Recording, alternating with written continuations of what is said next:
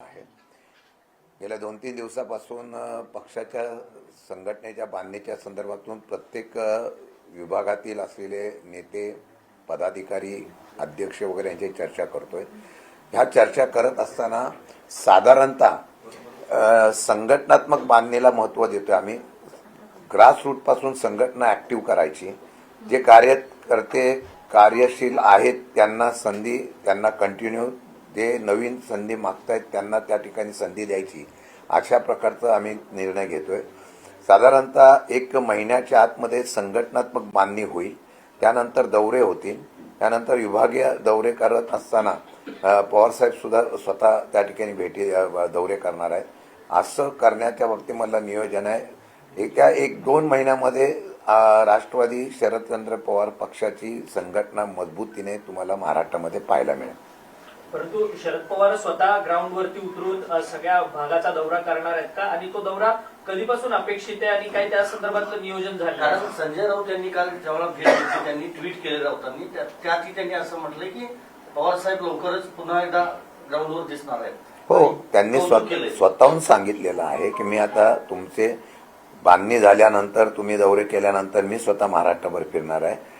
त्यांनी संजय राऊत म्हणाले त्यामुळे सत्य परिस्थिती आहे की पवारसाहेबच स्वतः मोठ्या जोमाने त्या ठिकाणी आता पक्षाच्या संदर्भातली बांधणी आणि महाराष्ट्रामध्ये दौरा करणार आहे आणि 1-2 महिन्यामध्ये त्याच्या संदर्भातला नियोजन आम्ही करणार आहोत. संजय राऊत यांनी असाही काल पत्रकार परिषदेमध्ये दावा केलाय की राष्ट्रवादी काँग्रेस पक्ष आणि शिंदेची शिवसेना हे दोन्ही पक्ष लवकरच भाजपमध्ये विलीन होतील आणि त्या पक्षातले काही आमदार, अर्थात 25 ते 30 आमदार जे आहेत ते एक गट बनवतील आणि ते भाजपमध्ये सामील होतील, अशा पद्धतीचा दावा त्यांच्याकडनं करण्यात येतोय. मागे पण मी सांगितलं होतं, मी परत एकदा सांगतो की अजितदादांचा ज्या बाबतीमध्ये विलिनीकरणाचा विषय होता त्यामधला हा हेतू हाच होता की पक्ष मजबूत करणं आणि ते पक्ष मजबूत झाला तरच भविष्य काळामध्येच आपण त्या ठिकाणी यशस्वी होऊ शकतो.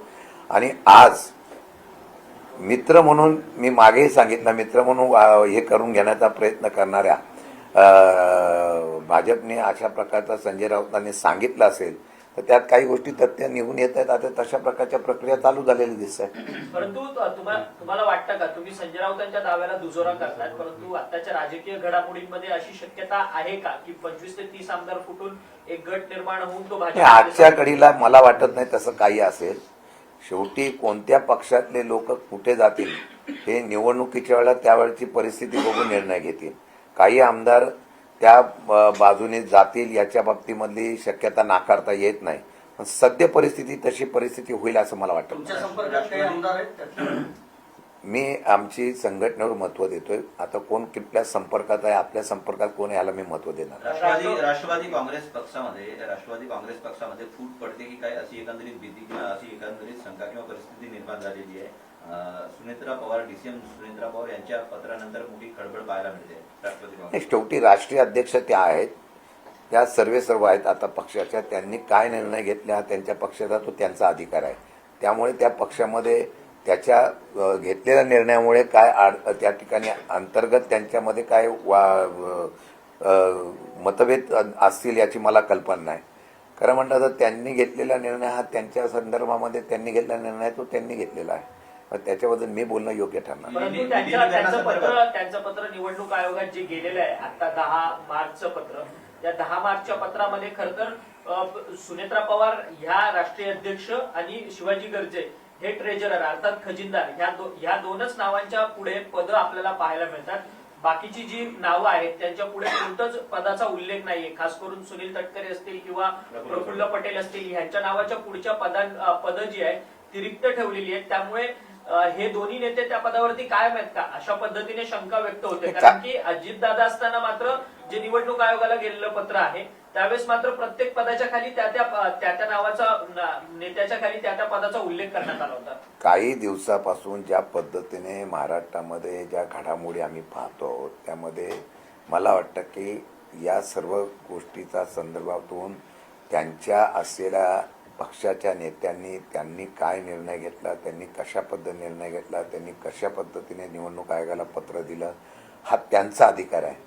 त्यांनी तो निर्णय घेतला तो त्यांच्या असलेल्या अधिकारातून तो घेतला असेल.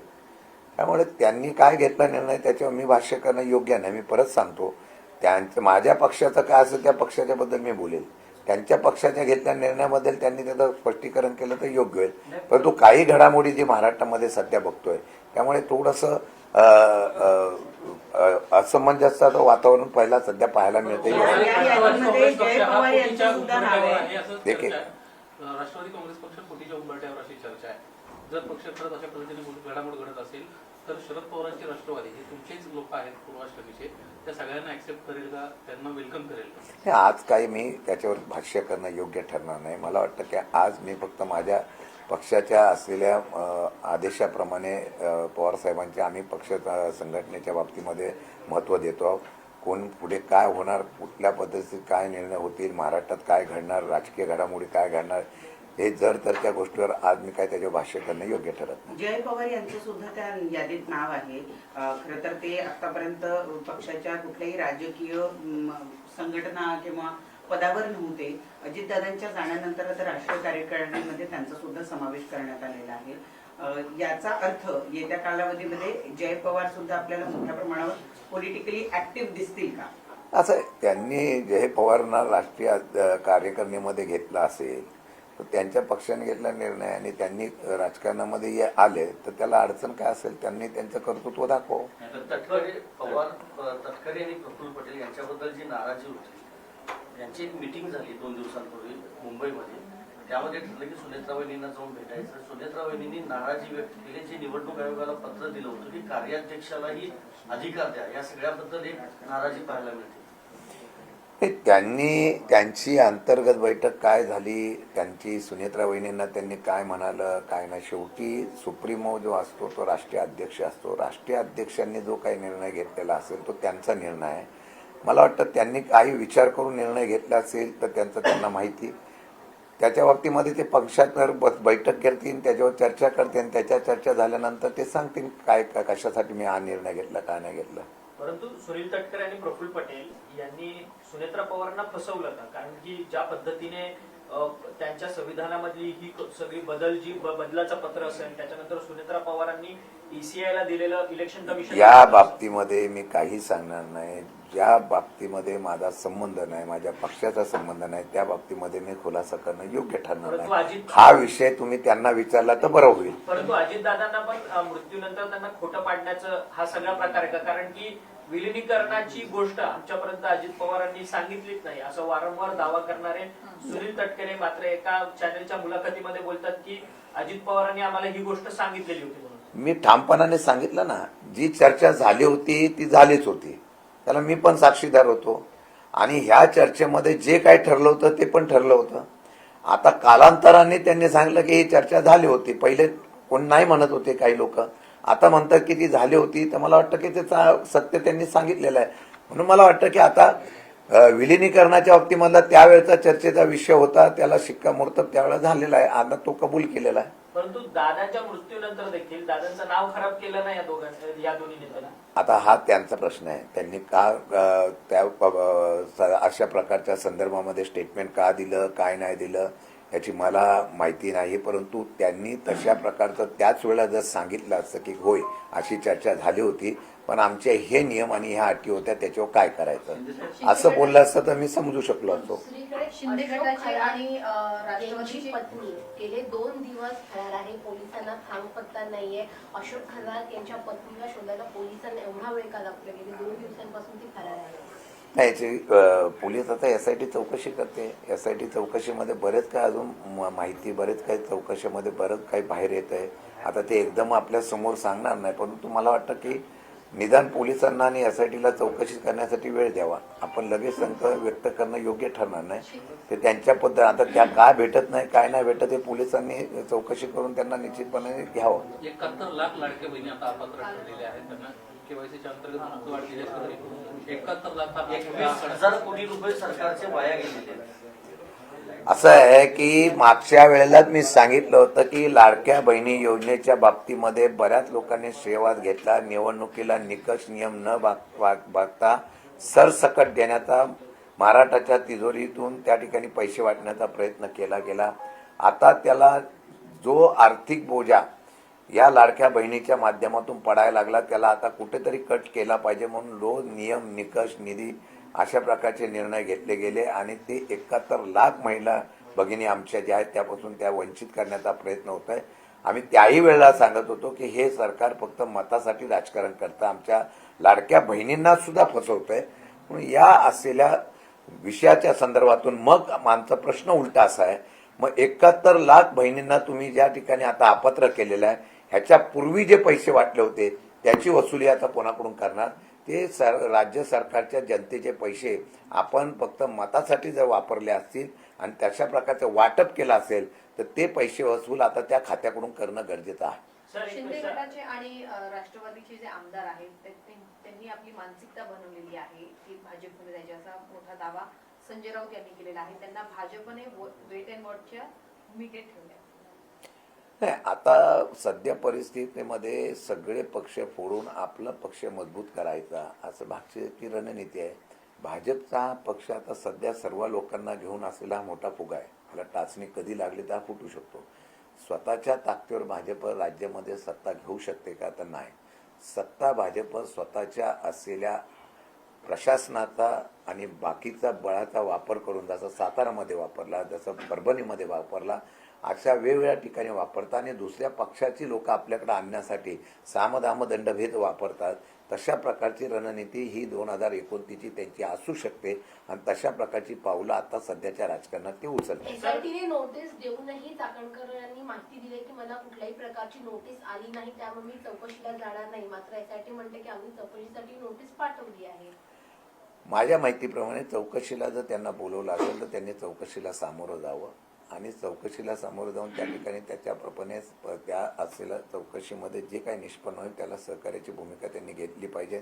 ते टाळायला लागले तर त्यांच्या बाबतीमध्ये एक वेगळ्या प्रकारचा गैरसमज किंवा त्यांच्यावर त्याचा सहभाग आहे का असं चित्र निर्माण होऊ शकतं. म्हणून चाकणकरांनी त्या असलेल्या नोटीसला प्रत्यक्ष जाऊन समोर गेलं पाहिजे असं मला वाटतं. शक्तीपीठ महामार्गाला काही ठिकाणी विरोध झाला होता, खास करून कोल्हापूर आणि वेगवेगळ्या ठिकाणी हा विरोध झाला होता. आता साताऱ्यातून शक्तीपीठ महामार्ग जातोय, कालच त्या संदर्भातला जी निघालाय, आपली काय भूमिका असणार आहे? 1 लाख कोटींपेक्षा अधिकची तरतूद जी आहे ती या शक्तीपीठ महामार्गासाठी केली जाणार आहे. 86,000 कोटीचा अशा प्रकारचा तो प्रस्ताव शक्तीपीठ महामार्गाचा होता. त्यामध्ये ज्या लोकांच्या सुपीक जमीन जात होत्या त्या शेतकऱ्यांनी सांगली, कोल्हापूर वगैरे बऱ्याच ठिकाणी मराठवाडा अनेक लोकांनी विरोध केला होता. पण समृद्धी मार्गासारखं शक्तीपीठ मार्ग सुद्धा बनवायचा हा हट्ट आहे. तो हट्ट विकासाच्या माध्यमातून मी समजू शकतो, पण एवढं मोठं काम ज्या पद्धतीने मंजूर करून करण्याचा हट्टाच केला जातोय त्याचा अर्थकारण काय मला माहीत नाही. परंतु आता तो काही लोकांचा विरोध लक्षात घेता त्याचा मार्ग बदलण्याच्या बाबतीत मला निर्णय झालेला आहे. तो सातारामधून सुद्धा जातोय, मानखाटामधून असं समजतंय. माहिती घेऊ, परंतु तो कोणत्याही कोर्टाचा आणि याचा आदेश असा आहे की कोणाच्याही जमिनी सुपीक जमिनी घ्यायच्या झाल्या तर त्या शेतकऱ्यांची संमती असल्याशिवाय घेऊ नये. तरी सुद्धा सरकार अट्टास करत असेल तर त्याला विरोध होत असताना ते पर्याय जर काय काढत असतील तर त्याच्यावरतीमध्ये निश्चितपणाने हा अट्टास का सरकार करतंय याचा खुलासा त्यांनीच करावा. ते म्हणतात की विकासाला फार महत्व असतं त्यामुळे हे करणं गरजेचं आहे. आता 2 पर्यायी मार्ग असताना सुद्धा तिसरा पर्यायी मार्ग का विकासासाठी करताय? विकास नक्की कोणाचा होता मला माहित नाही. सर, करुणा मुंडे जे आहेत त्यांनी गरदर धनंजय मुंडेंवरती एक आरोप लावला की मंत्री नरहरी झिरवळ यांना ट्रॅपमध्ये अडकवण्याचं कामच धनंजय मुंडेंनी केलं. धनंजय मुंडेंना ते मंत्रीपद हवंय म्हणून त्यांनी अशा पद्धतीचं काम केलेलं आहे. आणि शिवाय धनंजय मुंडे यांची आमदारकी रद्द झाली पाहिजे कारण की त्यांनी 2 लग्न करून त्यांच्याकडे 5 अपत्यात. करुणा मुंडेंकडे तशा प्रकारचे पुरावे असतील तर त्यांनी संबंधित असलेल्या मुख्यमंत्र्यांना आणि गृह खात्याला द्यावे. गृह खात्याने आणि मुख्यमंत्र्यांनी सुद्धा यामध्ये जर तथ्य असेल त्याची चौकशी करावी आणि अशा प्रकारचं जर राजकारण होत असेल तर त्या बाबतीमध्ये कारवाई करावी. नागपूरमध्ये धक्कादायक घटना समोर आली आहे. नागपूरमध्ये 2 अल्पसंख्याक शाळा विना परवानग्या सुरू आहेत आणि यामध्ये सर्व विद्यार्थ्यांना बोगस टीसी आणि मार्कशीट देखील त्यांना दिली गेली आहे. त्यामुळे विद्यार्थ्यांचं भवितव्य धोक्यात आहे. यामुळे विना अनुदानी विना परवाना जर कुठल्या प्रकारच्या शाळा सुरू असतील त्या नेहमी बेकायदेशीरच होतात. माझ्या माहितीप्रमाणे तशी परवानगी नसताना सुद्धा ह्या शाळा इतक्या दिवस कशा चालू राहिल्या याच्या बाबतीमधली माहिती घेणं गरजेचं होतं.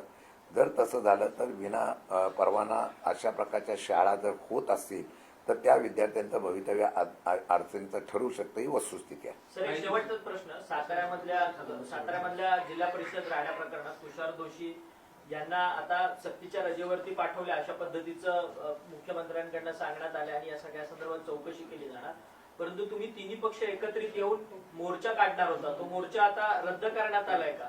नाही, 4 तारखेला ज्या काय आता 4 तारखेला काही सभापतीच्या निवडणुका आहेत, त्या निवडणुका झाल्यानंतर आणि आम्हाला ज्या प्रकारे आश्वासित करण्यात आलेलं आहे की याची चौकशी करून कारवाई करतो, या चौकशीच्या कारवाईचं काय होतं बघितल्यानंतर आम्ही निश्चितपणाने जर निर्णय घेणार, आता मला तर काल कळलं, मी कालही सांगितलं सीसीटीव्ही फुटेज सुद्धा त्या ठिकाणी सापडत नाही, कॅमेरे बंद पडले होते, मग हे ठरवून झाले काय, अनेक प्रश्न आहेत. उद्याची 4 तारखेची निवडणूक झाल्यानंतर बघू, नंतर मग ठरवायचं आहे मोर्चा काढायचं काय करायचं. सरकारने आश्वासन दिलं तर कारवाई झाली नाही तर मोर्चा हा काढावाच लागेल. मनुस्मृतीवरून केलेल्या वक्तव्यावरून शरद पवारांनी आता माघार घेतली आहे. त्यांचं म्हणणं आहे की माझं वक्तव्य हे चुकीच्या अर्थाने काय होतं, आपण खरं म्हटलं तर या महाराष्ट्रामधल्या पुरोगामी विचाराच्या महाराष्ट्रामध्ये हे असे एक वेगळ्या प्रकारचे वक्तृत्व करणारे कोण आणि त्याला आपण इतकं का महत्त्व देतो मला कळत नाही. एखाद्या व्यक्तीमुळे जर समाजामध्ये आणि धर्मामध्ये आणि एकसंगतेमध्ये कुठेतरी दरी निर्माण होत असेल तर त्याला आपण सुद्धा फार महत्त्व देऊ नये आणि आपण पण त्या लोकांना फार असं वाढवण्याचा प्रयत्न करू नये, असं माझं वैयक्तिक मत आहे. 7,500 रुपये आता सिलेंडर ब्लॅकनं विकला जातोय, अशा परिस्थिती प्रकाश आंबेडकरांना आरोप केले. तुम्ही देखील काही दिवसांपूर्वी आंदोलन केलं होतं, तुम्ही रिअलिटी चेक या सगळ्या विषयाचा करणार आता विरोधक या विषयावर बोलताना दिसत नाही त्याच्यावर. नाही, आता हळूहळू आजच मी बघितलेलं आहे, अजून ते युद्ध संपेल अशी परिस्थिती नाही.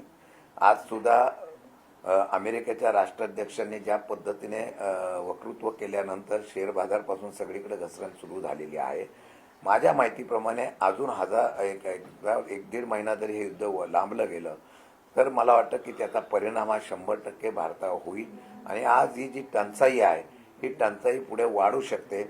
एका बाजूला सरकार म्हणतं की अशा प्रकारचं कुठल्याही प्रकारचं गैरसमज लोकांमध्ये करू नका, पण दुसऱ्या बाजूला तशी परिस्थिती निर्माण झाली वस्तुस्थिती आहे आणि ती वस्तुस्थिती लक्षात घेता राज्य सरकारने केंद्र सरकारने योग्य वेळी अशा प्रकारच्या उपाययोजना करण्याची गरज आहे. सगळ्यांना विश्वासात घेतलं पाहिजे आणि ते विश्वासात घेऊन काम जर केलं तर योग्य नाही तर आता गॅस तुडवता परत गॅसचं काळा बाजार वगैरे हे सगळे प्रकार वाढीला लागतील.